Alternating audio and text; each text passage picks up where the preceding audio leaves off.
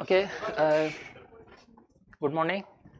So it's third lecture, and first I'll revise some postulates of quantum mechanics that we did last time, and then I'll explain a little bit more one of them, and then I'll go to dynamics. And in today's lecture, we'll focus on dynamics of a two-state quantum system, and that could be a spin or any two-state system. So let's start with revision of postulates.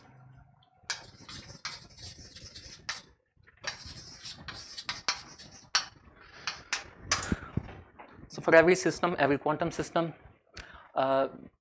we have a state vector that's in the Hilbert space for that quantum system. So state of a system, that's the first postulate, that every system, we describe it with a state. So every system has a state. It's a vector, so we call it state vector. It's in Hilbert space. Second is that physical quantities that we usually like to measure. So we have operators now, and each physical quantity has an operator. So like energy has an operator, momentum has another operator for it. So we have operators for physical quantities.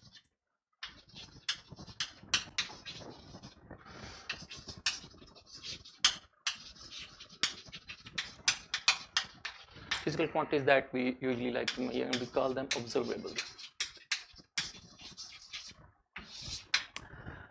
And third is, if we perform a measurement of any physical quantity, what usually happens is that we obtain an eigenvalue of the operator corresponding to that physical quantity.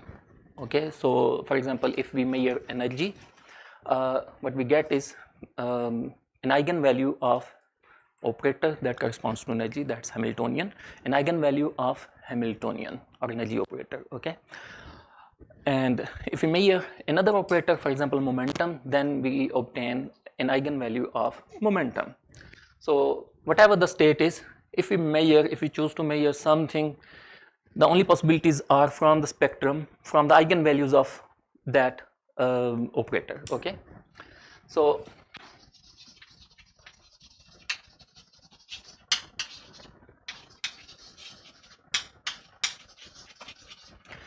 we get one of the eigenvalues.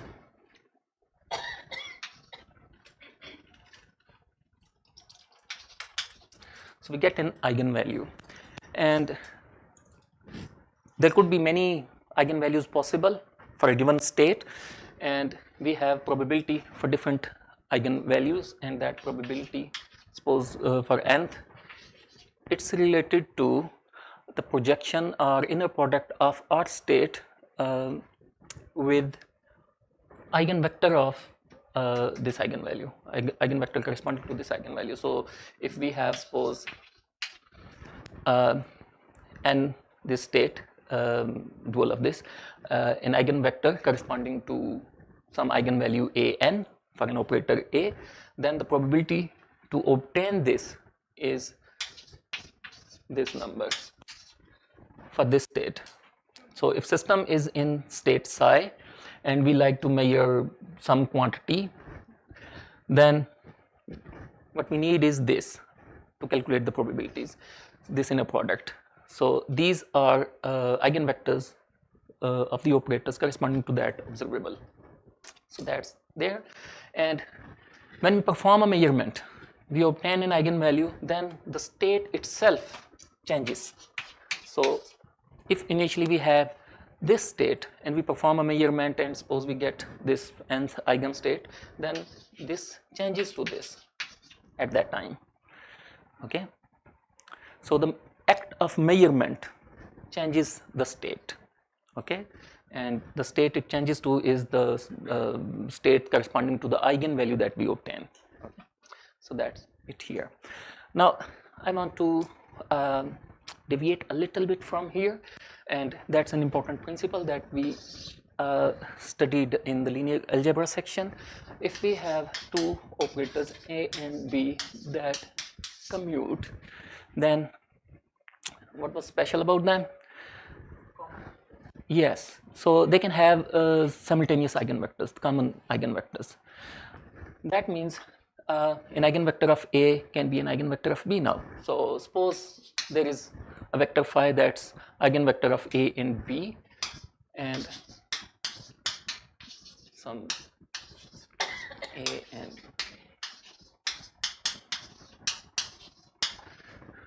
okay.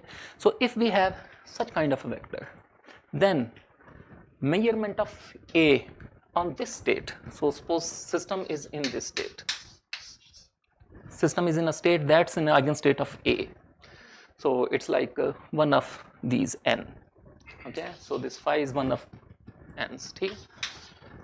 So if this state is equal to this, then what would happen? Probability to obtain A, that's eigenvalue corresponding to this eigenvector, is 1, and for all other eigenvalues the probability is 0 for A. So if we measure A, probability to get phi is 1, okay. So that means this this state has a definite value corresponding to the physical quantity that this operator A represents. So no matter how many times you perform this measurement on this state, you always get this with probability 1. So this, but now if phi is an eigenstate of B as well, that means the same for B. So you measure B, you get, so let's call it A, to probability to get A, okay. So probability to get B is also 1, following the same arguments because it's an eigenstate. So this inner product for this state, even for B, is equal to 1. So if we measure A, if we measure this physical quantity, then we get this value. If we measure this, we get this value. So we can simultaneously measure these two quantities and obtain definite values, okay. So this is very important. So in such a case, we usually label these states with these eigenvalues. So instead of calling them a generic name like phi, we can call it A and B. So we put A and B here because they signal that they are eigenvectors. This state is eigenvector for A and B corresponding to these two eigenvalues. We can put eigenvalues or some other label that indicates the eigenvalue, okay. So we usually do this. Now what happens if this commutator is not equal to 0? Then that means that we can't do this. And suppose if this state is eigenstate of A, then this is fine. But if we measure B, it's not an eigenstate of B, we can't have this. So there will be many probabilities, okay, for different states. So there will be a distribution. So there will be a distribution for this if they don't commute to 0. If A and B is not equal to 0, then this is false. But since we can consider some eigenstates for a particular operator, suppose we start with an eigenstate of A. Now it's not an eigenstate of B, so we get this. So in this case, what we say is, we say that we can't simultaneously measure these two quantities. That actually means that if we measure, we don't get definite values for both, okay. We don't get eigenvalues for this. And now it's true for any other states in this space, okay. So for every eigenstate of A, we get a distribution for B, and vice versa. So if we start with an eigenstate of B, then it's not going to be an eigenstate of A, so there would be a distribution for eigenvalues or probabilities for A, okay. So that means the same, but A and B swapped, okay. So this is basically the foundation of what we call uncertainty principle. Okay, but I'll not be using that terminology here. So the basic idea is this one, that if a state is simultaneously eigenstate of multiple operators, then we can label them, we can label that state with eigenvalues, and that in that state we have definite values for those, we can measure them simultaneously. And if it's not, then we cannot measure them simultaneously. Okay, so no matter how hard you try to prepare a state, you cannot make a state simultaneously an eigenstate of two operators if they don't commute. Okay, so in general. So okay, so let me leave it there. And with measurement, now if we have for any operator we have distribution, we can talk about averages and variation around the averages and etc. But I don't need that at the moment. Okay, so now let's proceed to another postulate that's very important, and it's about how system evolves in time. So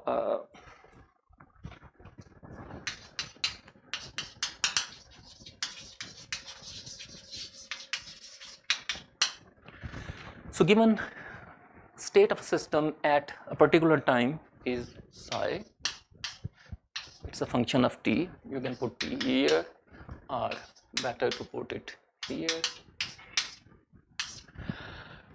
Then how it evolves in time? So it evolves, so this is iota, complex iota, and this is h bar, Planck's constant, reduced Planck's constant, and it's partial by partial t of our state is equal to Hamiltonian of the system over here. So this is Schrödinger equation.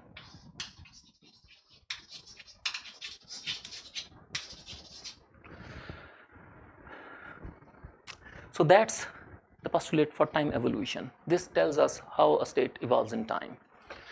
Okay, so now let's start from here and talk about evolution in different cases. So suppose we like to choose a state that doesn't evolve in time. Okay, so suppose we have a state, let's call it phi or whatever, let's call it phi. Suppose this is a state and it doesn't evolve in time except maybe a phase factor like this. Suppose this is a state, then what this equation tells us, that if we substitute it here, we take the derivative, what it tells us is this.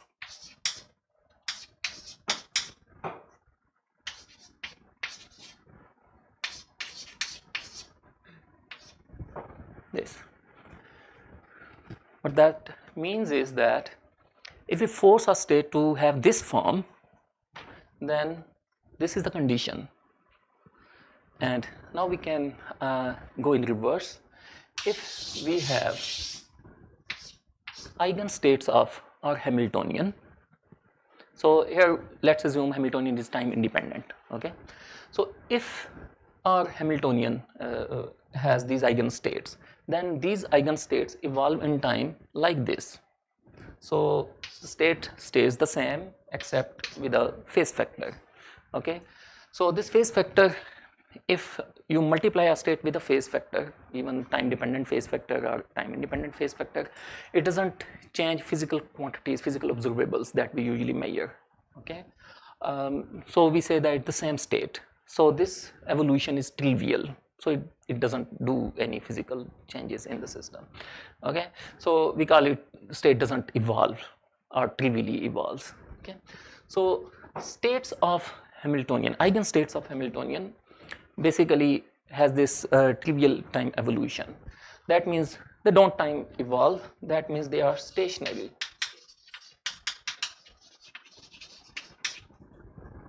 I think I talked about the stationary states earlier, I guess. So these states are stationary. Okay, so that's one important concept. And let me see. multi-SI. Okay, so there is one more thing before I start talking about dynamics of a particular system. So that's about average values that we can obtain from measurements from these probability distributions. So let's talk about that. And so we can skip it, but I think it's good if we talk about it. So let's first define average value of a quantity A. Okay, so this will be this sum. Suppose its spectrum is discrete and n goes from 1 to capital N or whatever, and these are eigenvalues and these are probabilities to get those eigenvalues. Now these probabilities, they of course depend on which state the system is in. So we usually don't write it here, but it's always obvious. But you can put a psi here as well. So this expectation or average, we call it expectation usually, but it's an average. So this average is evaluated in this state for this operator. So it's this sum. Now how these averages evolve in time, that's an interesting quantity, because it kind of links our quantum system with classical macroscopic scale systems. Okay, so there is an equation so that tells us how these evolve, and you can derive it from the Schrodinger equation and this expectation value definition. So it's like so d by dt of A. Now of course this quantity is time dependent, so we can put a t here if we like, iota by h bar, and then there is another average, and this average is of course in the state that's at time t. So at any time state evolves, so this average is psi t. So there is this commutator,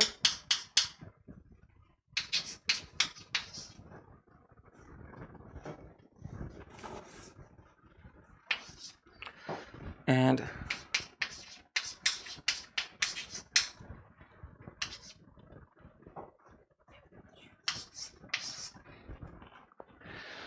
so for any operator A, this is the equation that governs its dynamics.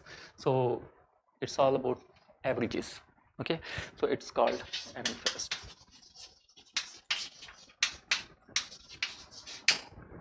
Equation. Okay, so there is Schrodinger equation that tells us how state evolves or how operator evolves. If we change it to another form, it would be called Heisenberg equation then. But we can also build this equation from that information that governs the dynamics of averages. Okay, so now let's talk about the dynamics in detail.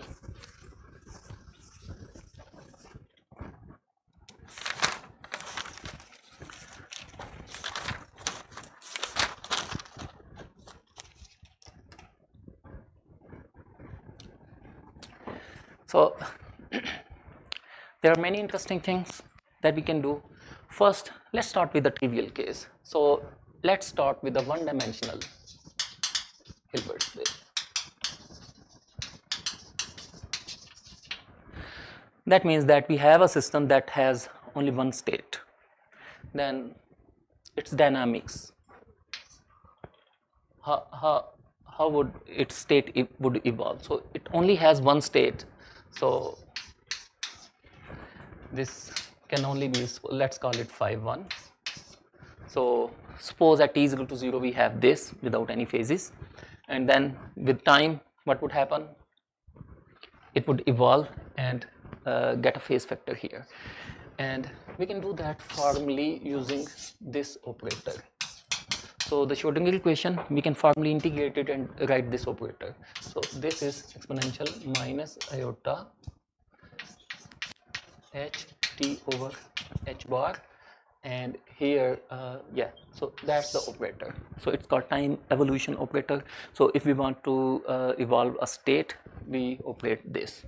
So this is an operator, so this is an operator. Okay, so well, let me tell you another thing about this as well. So here it's an exponential function, and then there is an operator.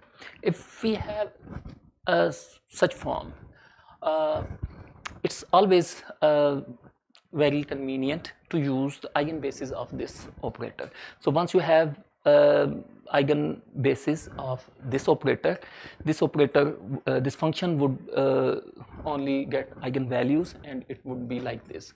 So in suppose Hamiltonian has these eigenbases with these eigenvalues, or maybe h bar omega, these eigenvalues, then this operator can be written as this. So you put in here, and what? E power iota omega t. Yes, minus iota omega n t, and then this projector here. So you can do that using resolution of identity twice, one here, and then there will be orthonormality condition, and it will lead to this diagonal form. So in matrix form, this would be in these bases, this would be diagonal. So if you have any function of any operator A in its eigenbasis, it becomes it has this form. So here this function is this, so otherwise it's like this. So what you can do is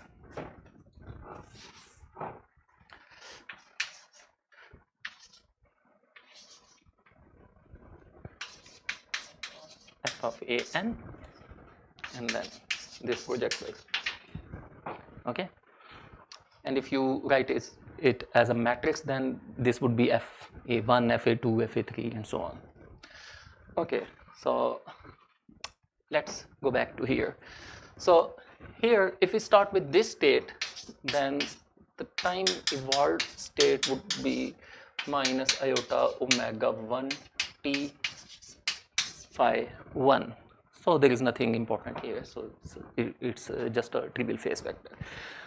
But if we have a superposition of eigenstates of Hamiltonian that have, let's start with degenerate case, that have same eigenvalues. So let's suppose we have two states, but they are degenerate, their eigenvalues are the same. So in that case as well, so this is case 1, this is another example.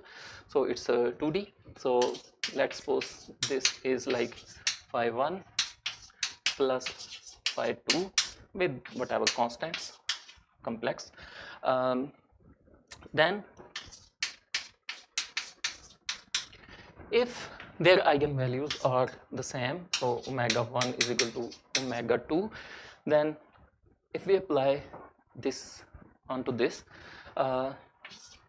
it will become C1 times, so every state will get its phase vector, that's all. So minus iota omega 1 t phi 1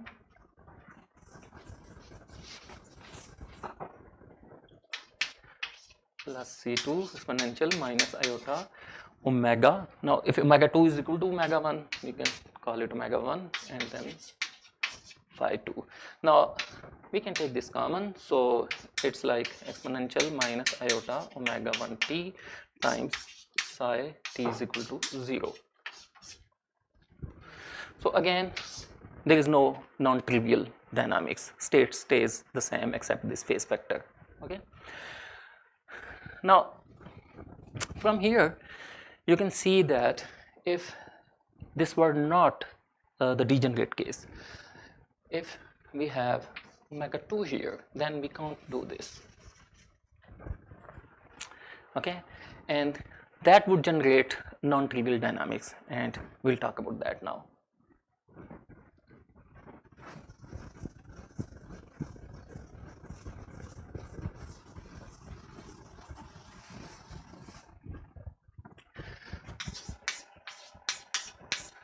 This means t is equal to 0. So let's suppose we have C1 phi 1 plus C2 phi 2. These are two eigenstates of Hamiltonian with different eigenvalues. Then how we get psi t?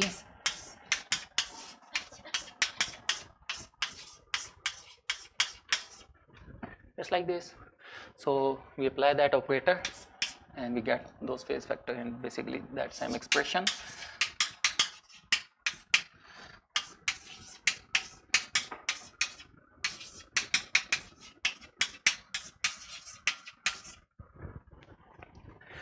Now what we can do with this? So the things that we are interested in, suppose we start with the state psi, this psi naught, then let's ask this question. What's the probability to stay in that same state? So we know that state is evolving, but there must be some probability to stay in the same state, original state. So that's one question that we will be asking, that what's the probability in this state, and that probability will be given by inner product between these two states. Okay, so mod square. So this is probability, let's call it psi. Okay, so psi naught, let's call it psi naught. So because I'll be using another state as well. So let's try to answer this question. How can we do that? It's very simple. Just evaluate this inner product. Okay, before we do that, let me do some manipulations and these will make things simpler. So first we can take this factor common, so exponential minus, so I'll go through quickly, omega t1. So let's take this factor common and what we get is phi 1 plus c2 exponential minus iota omega 2 minus omega 1 t phi 2. Okay,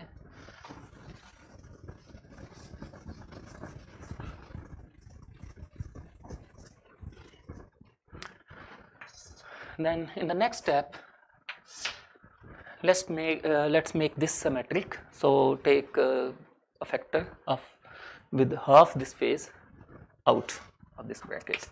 So it will be minus iota omega 1 t exponential minus iota omega 2 minus omega 1 divided by 2 t. And since we took this half common, there will be the same with plus sign, so it will become this. And let's call this omega 2 minus omega 1 divided by 2 capital omega, so to make things simpler. So I'm calling this factor capital omega, and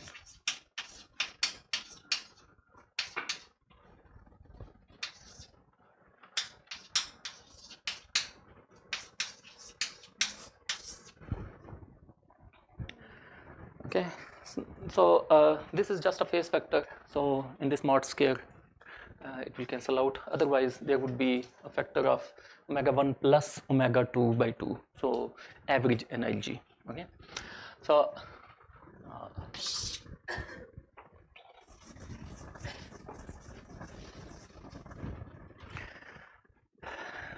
now let's first call this quantity something. Let's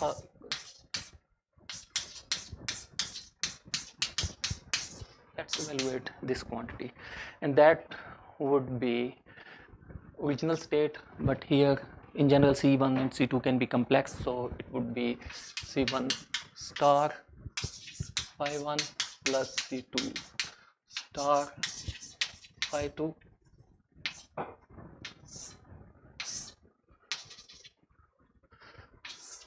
And then this.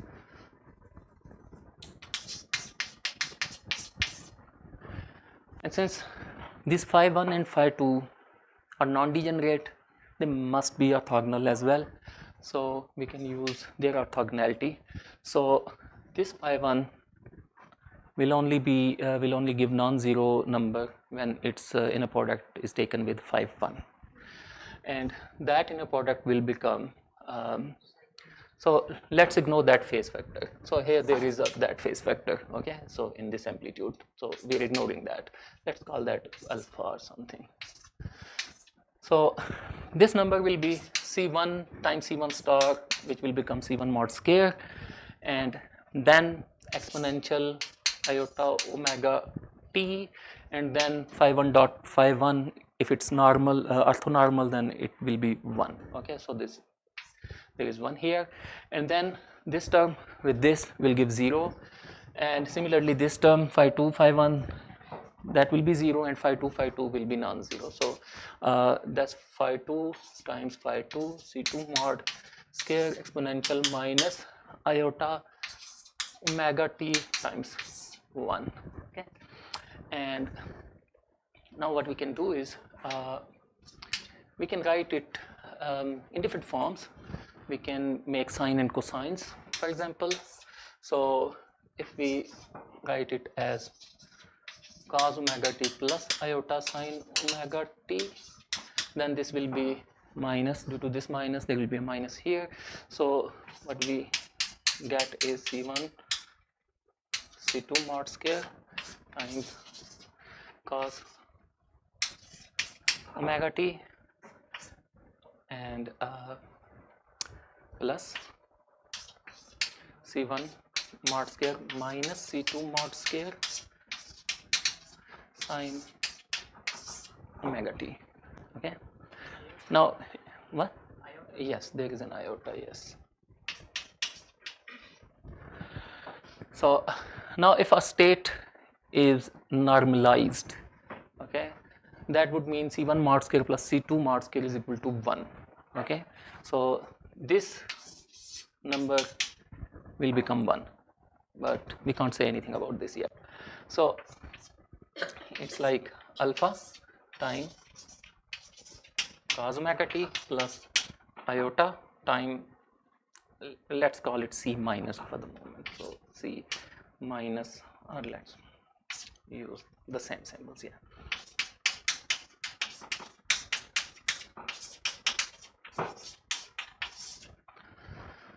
Okay, now we can measure, calculate the probability. So we just need to take its mod square.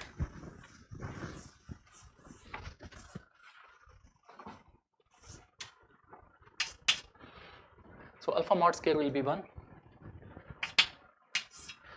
and then cos square omega t plus, so this is like x plus iy.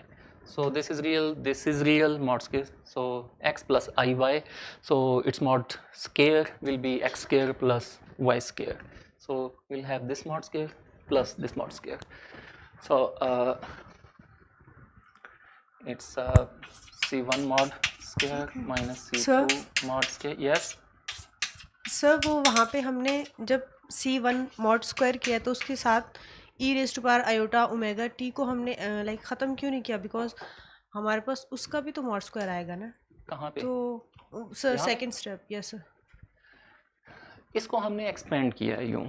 Sir तो इसको हमने mod square के अंदर क्यों नहीं लिखा? Like जब हमने ये प्रोबेबिलिटी डिफाइन की थी. ये mod नहीं है, ये 1 है.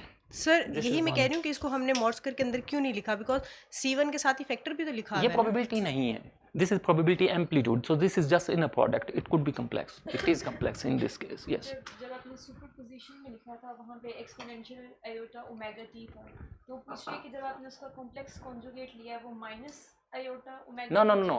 I took complex conjugate of this state. So Sir, initial मतलब state. जो हमारे पास C1 था, इससे पहले आपने वो ये इधर लिखा था ना, वो आपने रिमूव कर दिया है. तो मतलब वो चीज़ हमारे पास उस mod स्क्वायर के अंदर नहीं आएगी जो टाइम डिपेंडेंट है. जस्ट C1 उस mod स्क्वायर के अंदर आएगा. So from here what we get is C1 star times C1 times this. So it's like C1 star times C1 time exponential minus iota omega t. Okay, so this is C1 mod square. ठीक है. And this is that factor. Okay, so we had another factor here, so we took some phase factor constant over here. So we now have this omega. समझ आ गया.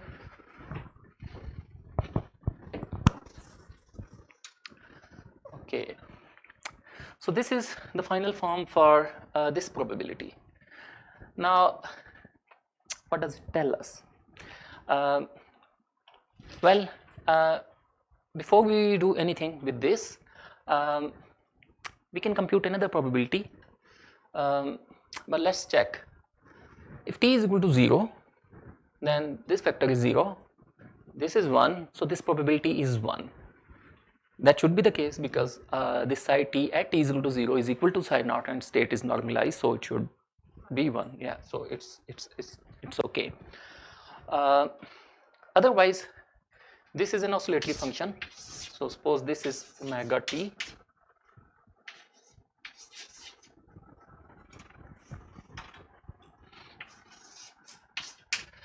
With omega t, this will be like here and then here, something like that. So at omega t is equal to pi by 2, this probability will, this factor will give us 0 and then it will go up again. And this factor will increase from 0 and will be maximum at this point. And then it will decrease. So these two factors will oscillate like that between 0 and 1 as cos square omega t and sin square omega t. But there is this factor as well that will tell that will tell us how they combine to give us the probability. So we can think of initial state where this is 0. So suppose our initial state C1 and C2 are both real and 1 by square root 2. Then this factor will be 0. Then this probability will be given by this oscillation.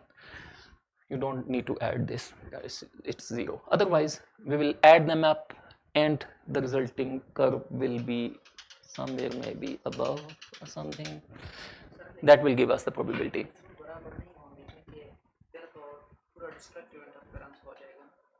ये बराबर हो सकते हैं, ये 1 by square root 2 simple. हाँ, because we will be taking this sum. So if this is 0, then we have this as the probability alone. But if we have this factor non-zero, then this will contribute and this will stay up. Yeah, somewhere. Okay. Now let's do another thing and then the whole picture will be very visible. So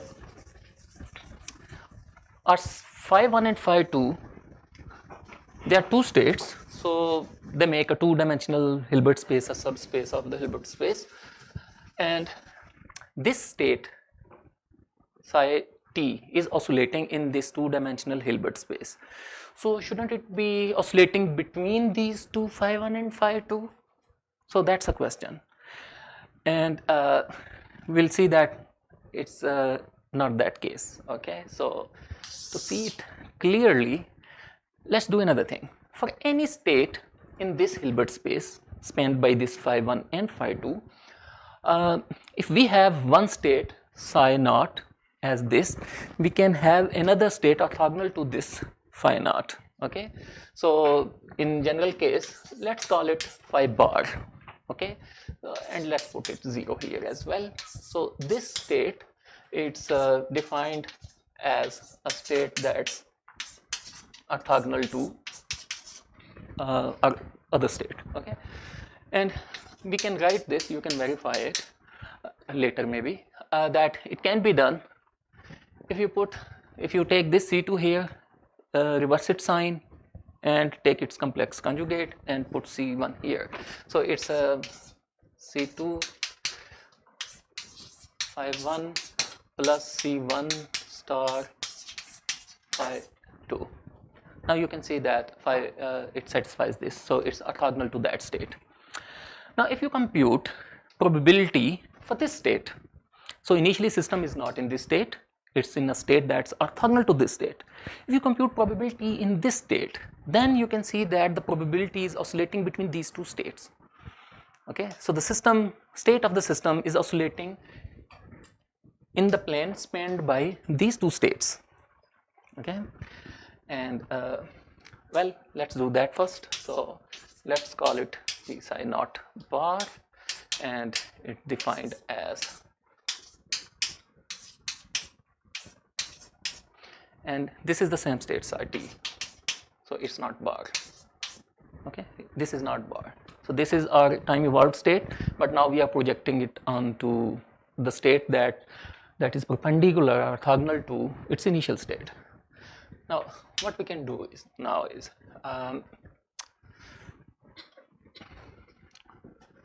from this what we have is minus C2 phi 1 plus C1 phi 2. Okay, and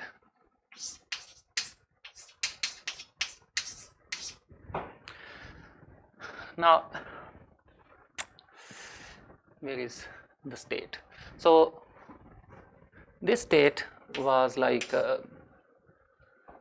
exponential plus I omega t phi 1 plus exponent C1 plus C2 exponential minus I omega t phi 2. Okay, so this was like that with a global phase. So let's do it here. That global phase will still be here, but let's ignore that. And now you can have this. So phi 1 dot phi 1. So it will give us C1 times C2. So minus C1 C2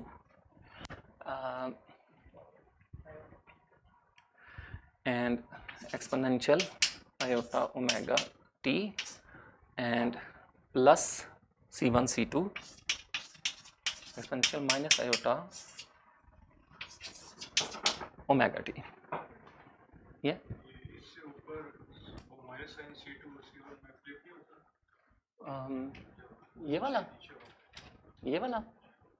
नहीं, ये इसी का dual लिया है मैंने, तो ये C2 का स्टार डबल स्टार माइनस रहेगा, माइनस वही वाला है, माइनस इसका ऑर्थोगोनैलिटी के लिए चाहिए. So now we have this. So so we have to take this mod square. So to save time, I think I should skip some steps. You can do the same. So you can expand this in cosine and sine, these and these, and the final answer would be something like this. So it's mod square. So we'll have mod square here. So it will be C1 mod square, C2 mod square, and then sine square omega t. Okay. Now let's sum these two probabilities.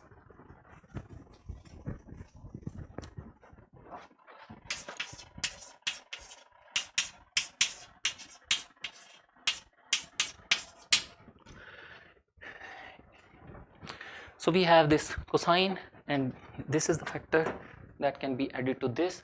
So if you open this square, it will be C1 to the 4 plus C2 to the 4 minus 2 C1 C2 square, and this is plus 4 C1 C2 square. So it will be C1 plus C2 whole square, and C1 mod square plus C2 mod square whole square, C1 mod square plus C2 mod square itself is equal to 1, so its square is also equal to 1. So this factor will also become 1. So what we get is cos square omega t plus 1 time sine square omega t. Now this is identity, it is equal to 1. Okay. So these two probabilities add up to 1. That means system stays in this space, in space spanned by these two states. Okay. मतलब अपने transform किया पहले phi 1 और phi 2 basis में, अब इस basis में psi में और psi बार में.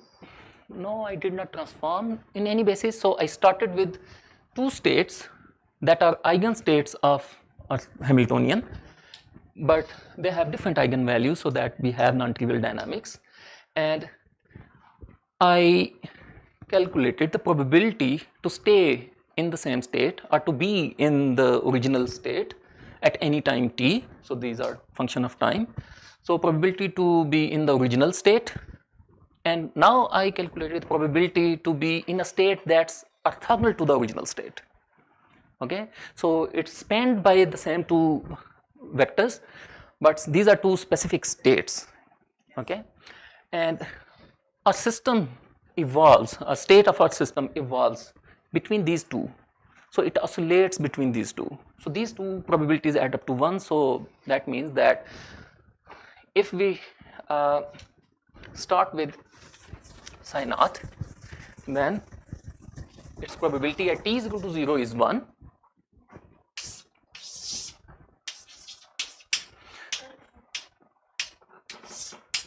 So let's put pi by 2, pi, 3 pi by maybe pi by 4, pi by 2 pi, 3 pi by 2, and 4 pi by 2, 2 pi. Yes.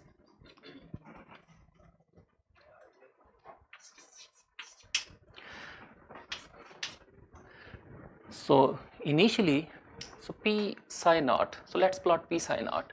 So p psi naught, it's this number. It becomes 0 at certain, well, for general C1 and C2 it's harder to plot, but what we can say is that first thing, that their probability sum up to 1. So p psi naught plus p psi naught bar, this is that plot, it always stays 1. The other probability, let's not label this so that we can talk about any general C1 and C2. So starting with 1, so p psi naught comes down, then it becomes 0 at some point, and then it goes up and comes back. Okay, and the other state, its probability was 0 at this point. When this is 0, its probability is 1, like that. So state of the system will oscillate between these two. Okay, and this frequency, it's omega. So this omega is equal to omega 2 minus omega 1 divided by 2 for the state, and for the probabilities it's scared, so frequency will be doubled. Okay, so it will be basically the difference of this frequency. Probability will oscillate with this frequency. So that means when this comes back here, then this is like 1 omega t is equal to 2 pi. Yes, I guess. Okay, and this is not that omega, so let's put it some other omega. So this is 2 omega basically. The omega that we defined, if we keep defining it that way, then this would be like 2 omega. Okay, so these are oscillations. So yes,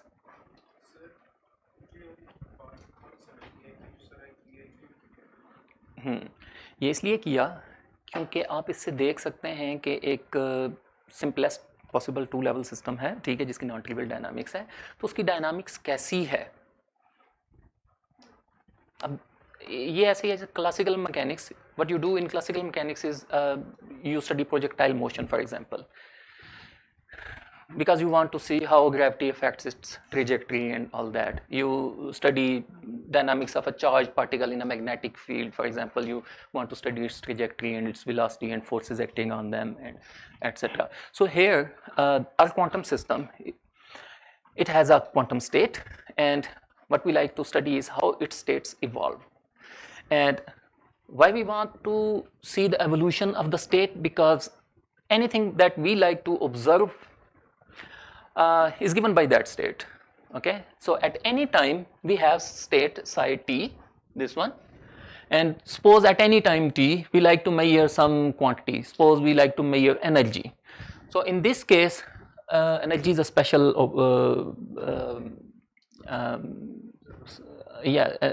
Hamiltonian is a special operator. So in this case, our probabilities would be still C1 mod square plus C2 mod square.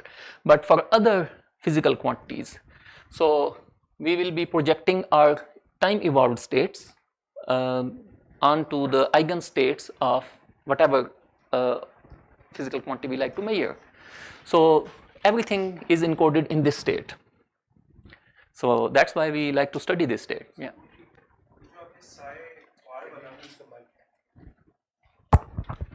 So ये जो साई बार वाला सारा काम किया था वो समझ नहीं है कि उसका point क्या था. So usually people don't talk about this psi bar, but the reason I chose to talk about this psi bar is that now you see that this state of the system, this psi t, it's not evolving in real plane spanned by phi 1 and phi 2. So C1 and C2 are complex in general. So let me show you that, and then you will see why I talked about this. So from this equation, or maybe yes.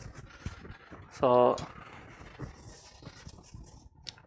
from this equation, let's take this common. So we have exponential minus I omega 1t, and then C1 phi 1 plus C2 exponential minus I, and then omega 2, or using that notation we can call it 2 omega t, and then it's phi 2. Okay. Now you see the system, state of the system evolves, but it's not oscillating between phi 1 and phi 2. Okay, that's very important here, because when you think about a state evolving in two-dimensional space and there are these two states in the same two-dimensional space, it's very tempting to think that okay, this state is evolving between those two axes.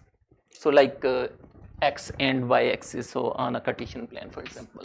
So this is phi 1, this is phi 2. So this evolution is not in this plane. This is not a real plane.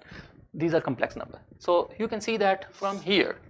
So this number is never going to be 0 or infinite. So it's a complex number, and on the complex plane it stays with the unit on the unit circle basically. So it's rotating on the unit circle, this number. So it's always non-zero. That means a state will never be phi 1 or phi 2. So if this were 0, then state would become phi 1. If this is kind of approaching infinity, then our state would become phi 2. But it's not the case. So it's oscillating on the unit circle in the complex plane. So our state is not evolving between phi 1 and phi 2, but evolving between our original state and its orthogonal state, this one. So we cannot visualize it in terms of these two, but we can do that in terms of these two. And there is another reason, that because this is a problem here, we cannot visualize it in simpler terms. We have to, invent or calculate another amplitude and talk about another state that's orthogonal to that state. So this is again something that we maybe like to avoid in certain cases.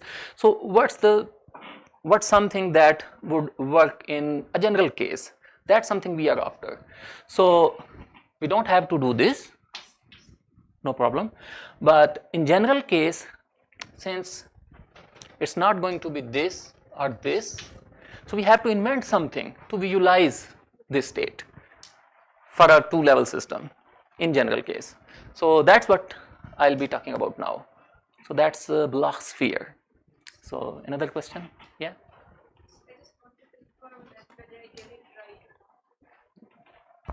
So if there are two states that are orthogonal to each other and we check their time evolution, there would be oscillation in probability of finding the state and the orthogonal state, right?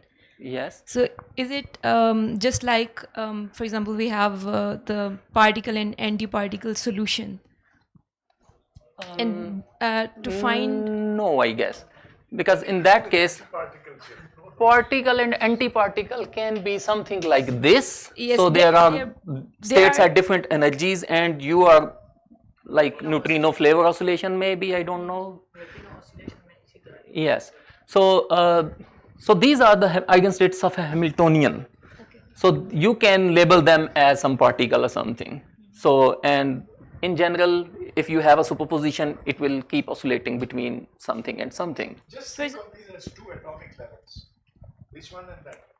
Yes. You shine a laser, you disturb it, so it will go from one to the other back. So I can write my general solution as a superposition of the solution for the particle and the antiparticle. Yes, that's And this then- one. Forget the particle. State 1, state 2. State 1, state 2. That's what he's doing. Yeah, we can discuss that in the discussion section. Yeah. So can we not also find the probability for phi 1 and phi 2 also? Yes, of course, you can do that, but those probabilities are fixed. So they are always, for phi 1, you will always get C1 mod square, and for second state, you will always get these two. Okay, so because those the- are stationary states. Their They probability can also be is not going to measured, change. but the evolution is for psi, not phi 1, phi 2. Yes, evolution is for those states. So it's these probabilities are not evolving; they are stationary. So if you have eigenstates of Hamiltonian, then probabilities will not be time dependent. Why? Because the dynamics is generated by the Hamiltonian itself. So it has this special place. Yeah. So its eigenstates and eigenvalues. Yeah. So when you use the term non-trivial dynamics, what do you mean exactly? By that I mean that how we define a quantum state, it's usually up to a global phase factor. So we can multiply a phase factor with a state, and we still say that it's the same quantum state. It represents the same physical system in the same state. So everything that you can measure will be the same. Okay. So states are defined up to a global phase factor. So if the time evolution just generates a global phase factor, that means everything stays the same. Everything physical that you can measure will stay the same. I'm confused between stationary states and then when you add the term non-trivial Okay. dynamics. So Is it stationary means that states are either exactly the same, or they may have a phase factor. That phase factor may depend on time, doesn't matter. So if states change up to a phase factor, we don't count that. We don't consider that as a real change. so? You said the same thing for the case of non-trivial dynamics. No. In That non-trivial, it is you cannot. up to a phase factor. It is. No. What I said that for this state, I can still take some phase factor out, and this can be discarded. But here I have this phase. I cannot discard that. I cannot take everything out and write this as some phase factor times original state. I cannot do that in this case because these two phase factors are different. So basically what happens is, so eigenstates of, if you write your initial state as a superposition of eigenstates of Hamiltonian, every state evolves with its own frequency, with its own energy. Okay, so its phase factor and their frequencies, they depend on their energies. So everything is oscillating at its own frequency, and the sum is not oscillating at a single frequency. So you cannot take everything out and write that state as a global phase factor times as this if those numbers are different. So this is the case. So we have two states, but their energies are different. We can't do that.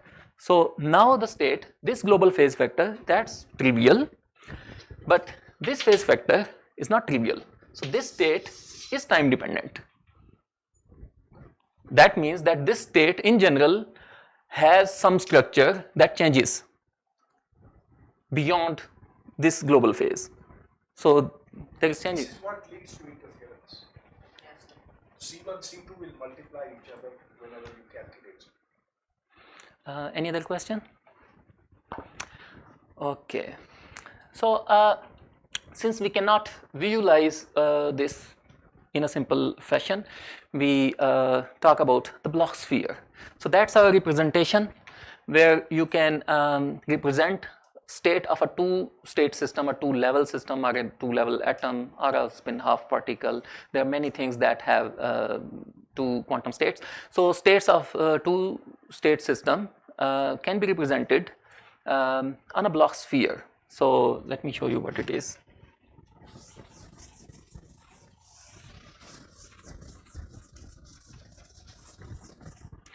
So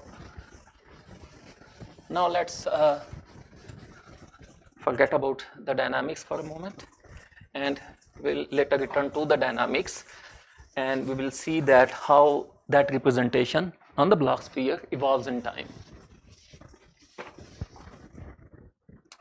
So let's suppose we consider state of a two-level system. So we wrote initially C1 phi 1 plus C2 phi 2. So here we only assume that phi 1 and phi 2 are two orthogonal states. They can be eigenstates of Hamiltonian or whatever, but let's suppose we have these two. And instead of C1 and C2, we can parameterize it, these parameters in a different way, for example. So we can call this like cos theta by 2 phi 1 plus sin theta by 2 phi 2. There is no problem with that, except that this misses the fact that these C1 and C2 are in general complex. Okay, so let's put phase vector here. We can put phase vector with both minus iota phi by 2 plus iota phi by 2, like this. So now it covers everything. So now we have these two phi and theta, these two parameters, theta and phi, and instead of C1 and C2, we have these two. And but here C1 and C2, if we take them as two independent complex numbers, then there are basically 4 real numbers involved. Here we only have 2. So what's happening there? So we can take one global phase out and discard it. Okay, we don't want to talk about that, so we can do that. And for example, here we can take this phi by 2 out, and we use another parameterization and use this here phi. That will make some sense later on. So we'll use half theta by 2, but here we are using phi. Okay, so this is a parameterization that discards a global phase, and it's normalized, so everything is fine now. So this is one parameterization. Now let's see what happens if we calculate another quantity. So I haven't talked about this thing. The state of the system, we are representing it with a state vector in the Hilbert space, yes, like this. But it can also be represented by another quantity that's called density operator, density matrix, and simple. So basically it's this projector. Okay, so the good thing about this quantity is we can generalize it to open quantum systems and stuff like that, so we will talk about that later. But at the moment, let's suppose we calculate its density matrix. So it will be this quantity. I think at this point you should say density operator. It's Yeah. not matrix yet. Okay, yeah, of course it's operator. Yeah, this is an operator. So let's compute a matrix corresponding to this in these two bases. So phi 1 and phi 2, let's take them as bases, and let's compute this matrix. So let's remove this hat and use the same notation, okay, for the matrix. So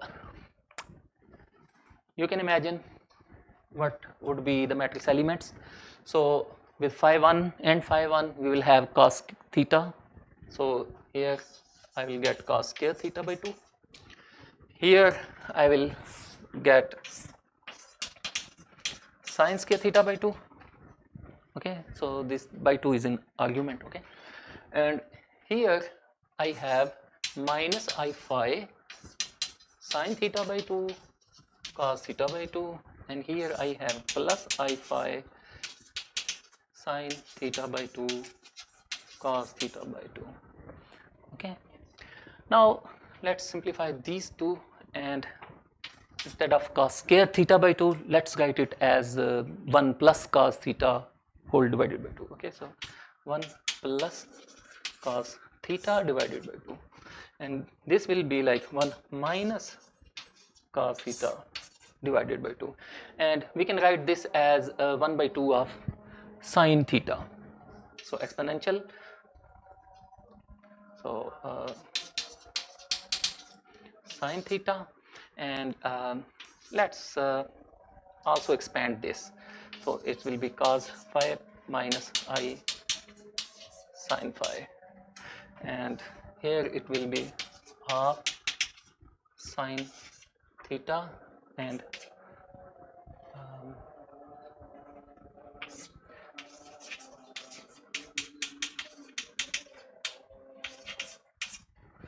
okay, so this phi is the same as this. Now those who know something about polymatrices can recognize some structure here. So let me write these 4 matrices first. So this is 2 by 2 identity, so it's like 1 1, everything else is 0. This is sigma x, polymetric sigma x, it's 1 1.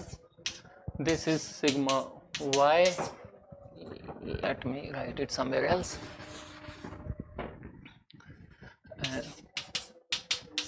Minus I, and sigma z1 minus 1. Okay, so these 3 are polymatrices, and this is identity.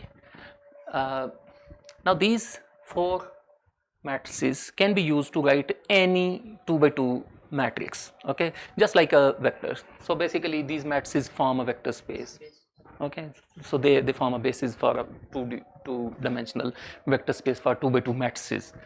So in other words, there are 4 numbers, so you can write 4 independent quantities and write like that. Okay, so this can be written now in terms of these matrices. So there is 1 half, 1 half, 1 half is everywhere, so let's take that common, and then there is 1 over here and here, and it's like this, so it's like identity. There is another number plus cos theta minus cos theta, so plus minus something, so it's something like sigma z times cos theta plus, now look at here, sin theta cos phi. What's sin theta and cos phi? Whatever it is, it's multiplied by 1 here, 1 here, so sigma x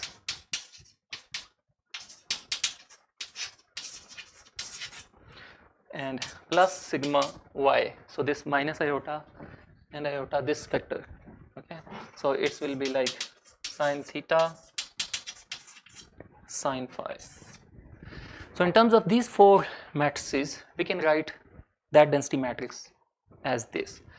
Now you can recognize these numbers, can you? So in spherical coordinates r, theta and phi, what's x? It's sin theta cos phi. What's y? It's sin theta sin phi. What's z? It's cos z on the unit sphere. So this is like a unit sphere, and this is a point on the unit sphere, and this point is represented by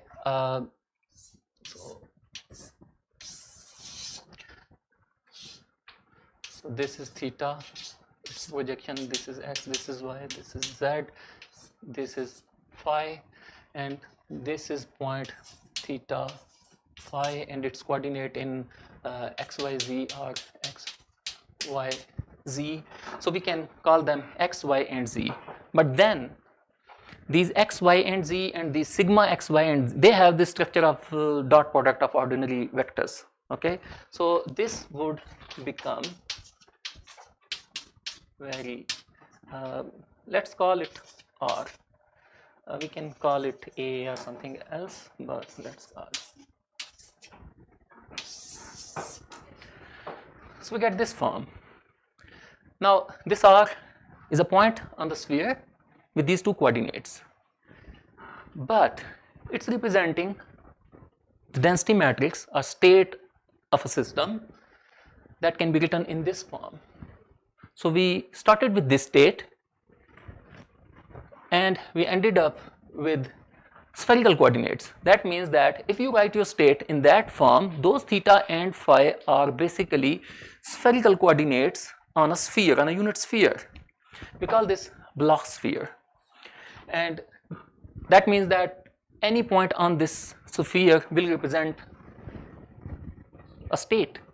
So for a two-state system, for any two-state system and for any state of a two-state system, you can vary theta and phi and there will be a point on the surface. Okay, so the whole state space basically. And if I link it to Professor Jamil's stereographic projections, then you can also see something like that here. So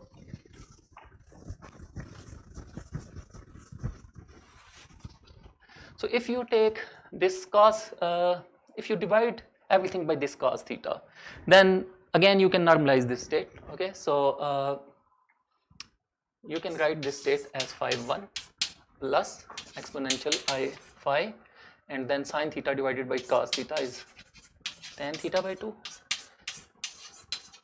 It's not normalized. If you like to normalize, then let's call this maybe xi or something. Then it will be like phi 1 plus xi, phi 2 divided by 1 plus xi mod square root. Now this state is normalized as well. So this xi, it's a complex number. So you put theta and phi, two numbers here, and it will be a complex number. So it will have two coordinates. Let's call them u plus I v. So we don't confuse them with these x, y, z. So this is a complex plane. So state of the system can be represented on this complex plane with a xi.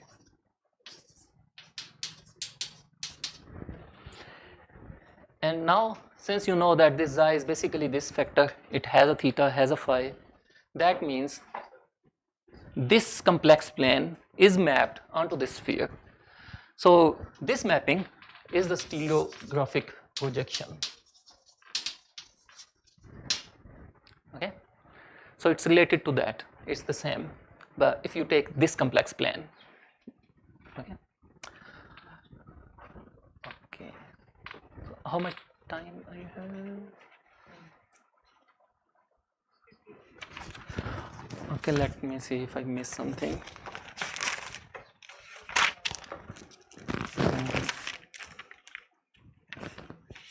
Yes.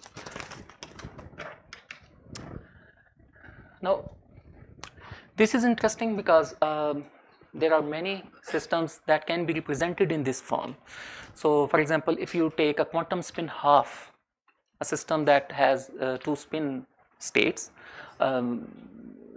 two spin projections along any direction, so it forms a two-state system. Okay, and if you put that system in a magnetic field and study its dynamics, this machinery can be used there. And there is a very intuitive picture on the Bloch sphere in that case. So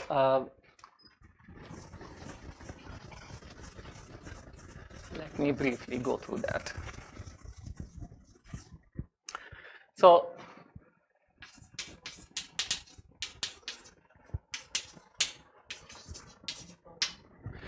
we have a spin half in magnetic field. For this system, you assume that the Hamiltonian is something like this. So let's call this, there could be some number here, but let's skip that. So suppose Hamiltonian is like this. Okay, so this is actually the Hamiltonian for a spin in the magnetic field, because this spin carries a magnetic moment and it interacts with the magnetic field and it has this form. So it's just like a electric dipole moment in electric field, a magnetic dipole moment in magnetic field, the same classical systems form. Yeah, but now this is a classical field, but this is a quantum spin. So this is an operator actually. So I think let me talk more about that. So this polymatrices, these are operators in spin space. In this case, this spin space is two-dimensional. Okay, for any two-dimensional system you can write that, but in this case it's the two spin states. So it's spin space, but it's also a vector in ordinary space. So it has three components. So here, just like this vector, it has its components, and this dot product gives us this form. So bx times sigma x plus by times sigma y plus bz times sigma z. And what we can do that is we can write it like this, and with those three polymatrices it becomes bz minus bz, there is a minus here, and bx minus I by bx plus I by. Okay, if you want to make its dimension equal to energy, then you can put something like let's call it mu maybe. Yes, something like that. You can put a constant here if you like, if you are worried about the dimensions. But let's not worry about the dimensions and everything. Let's just focus on the structure. So it has this structure. It's a two-state system. What happens? So when we put this spin in a magnetic field, its Hamiltonian is this, we can compute its eigenstate. Okay, at the moment let's not compute that, and let's just call them that there are two states, and one is up, other is down. We can use these symbols, or maybe just use previous symbols. Okay, so there are two states, 1 and 2, phi 1 and phi 2 are up and down, and they have different energy.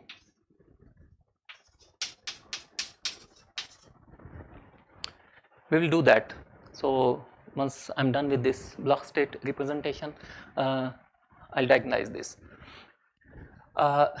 So when you apply a magnetic field or put a spin in a magnetic field, it has two quantum states that have different energies. And now, since we have already talked about a system with two states with different energies, we know what happens.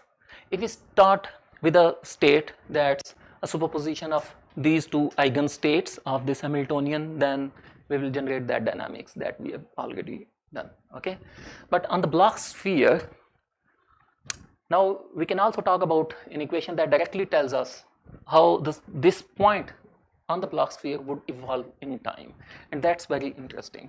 I might be missing some sign, but because there are many conventions and I'm not sure before I actually calculate this. So let's the dynamics of this point theta and phi, let's call this point A or R, let's call it R. So it would mean that dr by dt.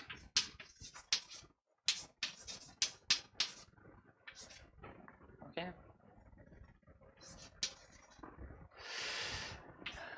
and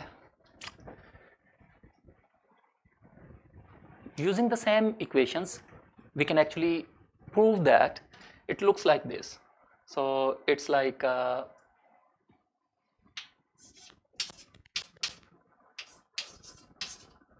might be a sign here, but I'm not sure at the moment. Okay, so it looks like this.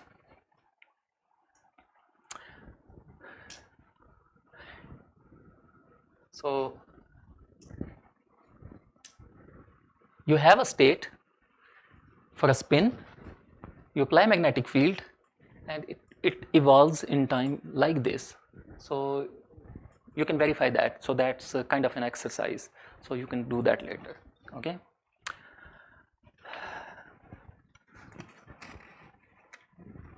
Okay. So now there is another interesting representation for this state. So here we have this vector that's over here. That's our R that contains this theta and phi. Okay. And if we are given the matrix itself, the density matrix, suppose we know the state and we calculate the density matrix, how can we calculate this state? So I think this is a little puzzling. You need to explain this because you want the that would be change of any operator. R is an operator. No, in this case R is not an operator. It's just this. It's not magnetization or anything. It's just this one. This state. But then how are you going to get it to be R cross B? So it's a vector, and this is also a vector. It has 3 Cartesian components here, x, y, and z, and you can simply calculate the cross product of vector in three-dimensional space. Yeah, I have a very intuitive picture for this. So let me tell you about that. So let's forget about this Hamiltonian for a moment.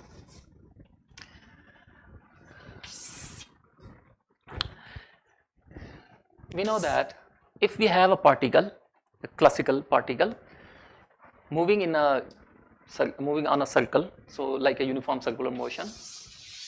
So suppose a particle is moving like that, then at certain point it has its velocity tangent to this curve, this circle, and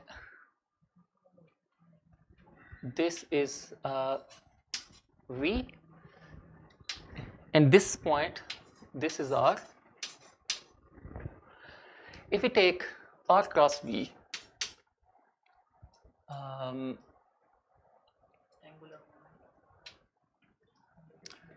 let me, not r cross v. For this, when it's moving like that, we call it omega. And if we take omega as a vector with axis, with direction like this, okay? So let's, so this is our omega, this is our r, and this is our v. These 3 will be, they will make an orthogonal system, yeah? So if you take cross product of r with omega, what happens?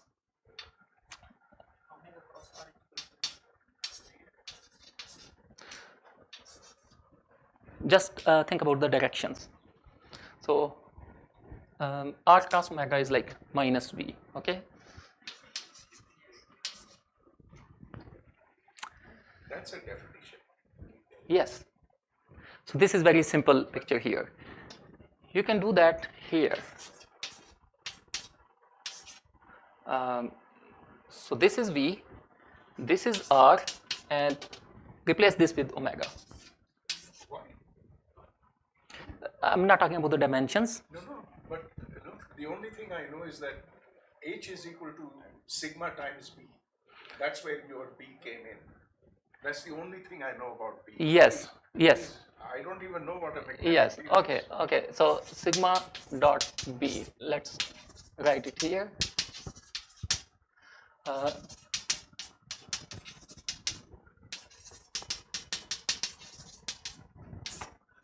So in general, The point is, I know the numbers Bx, By, Bz. yes, You are saying H is equal to sigma dot B. These are just 3 Yes, numbers. yes. I don't know if they're magnetic fields or electric Yes. fields or whatever. yes, They are 3 numbers. yes, So your H is equal to sigma dot B. yes. Then you tell me what then you tell me why dr by dt is equal to that. Okay, there is a jump. There is a real big jump here. Yes. You So have to take the commutator of H. Okay, so you want me to derive that? Yeah. So That's very essential. yeah, so that's that's the exercise I gave them. They don't know about that. Okay, so what you can do is basically you can simply you can do this in different ways. You can use the machinery that we have developed, like two-state system, their evolution and stuff like that, and then calculate rho and then do that transformation and everything. But you can simply do this. So there is this equation. Instead of Schrodinger equation, we have this Newman equation for this density matrix. So this is d rho by dt. What you can do is it's like minus I over h bar. So h rho. Okay. So you start with any rho, you compute its dynamics using this, and this will lead to this. Yes. Exactly. That's the Heisenberg equation. Without that, you can't Yeah. derive that. Yes. But I use the state vectors and their evolutions and then form the density Have you matrix. derived that equation? No, I haven't derived this one. You can derive this using Schrodinger equation, so there is no problem. So it can be derived using Schrodinger equation that I wrote. Yeah. Yes. So what I told them. That's very important, very crucial. Yes, yes, of course. Usually people do this actually. So usually this is not a clean system. There is dissipation, and this spin or whatever the system is, it relaxes, and those effects also come here. And so usually is a more general problem. But you can calculate this from here, or you can calculate this from the density matrix that you calculate from the evolved states. Yeah. So you can approach things from anywhere, and if you use this representation, then there is a very interesting relation to compute these components of these R. So instead of inverting these relations, what you can do is this R vector is basically expectation of this sigma vector in your state. Whenever you calculate this average, there is always, of course, a state. So you compute your average for this operator, and it becomes this R vector. So that's simpler if you use this route. And to compute these averages, if you have state as a ket, then I told you that you calculate the probabilities by computing the inner products, and then using that probability distribution you compute the weighted average. Yes, but if you have the density matrix, what you can simply do is you can take trace. Trace is when you sum the diagonal elements of a matrix. So you sum the diagonal elements of this matrix. You multiply your row matrix, that's a row matrix, with the sigma. Now sigma has three components. So basically you are multiplying your density matrix using matrix multiplication rules with these three Pauli's matrices. Yes. So this basically means this. So if you use this, you can use that, or you can use this. If you use this, you will need to evaluate these commutators, and inside this H there is a sigma, and here rho is also written, if you write this form, is also written in this form, so there is also a sigma. So you will be basically facing with this kind of commutators.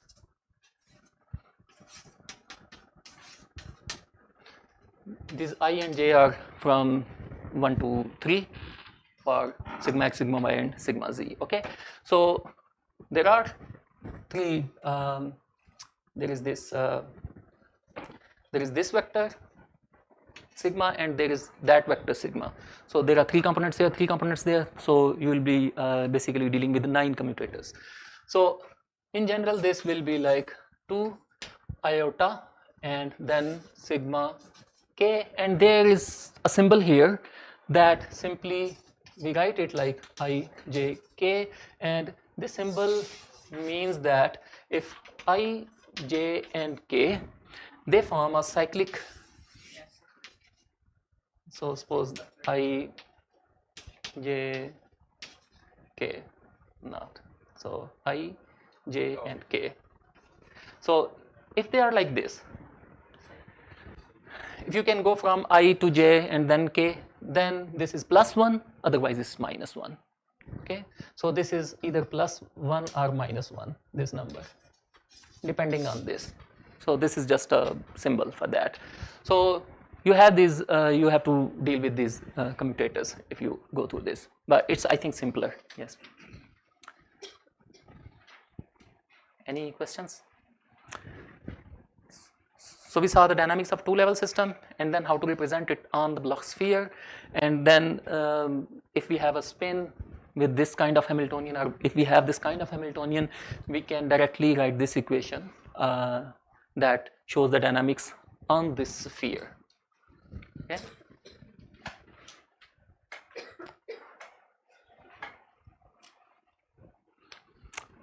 Okay, thank you.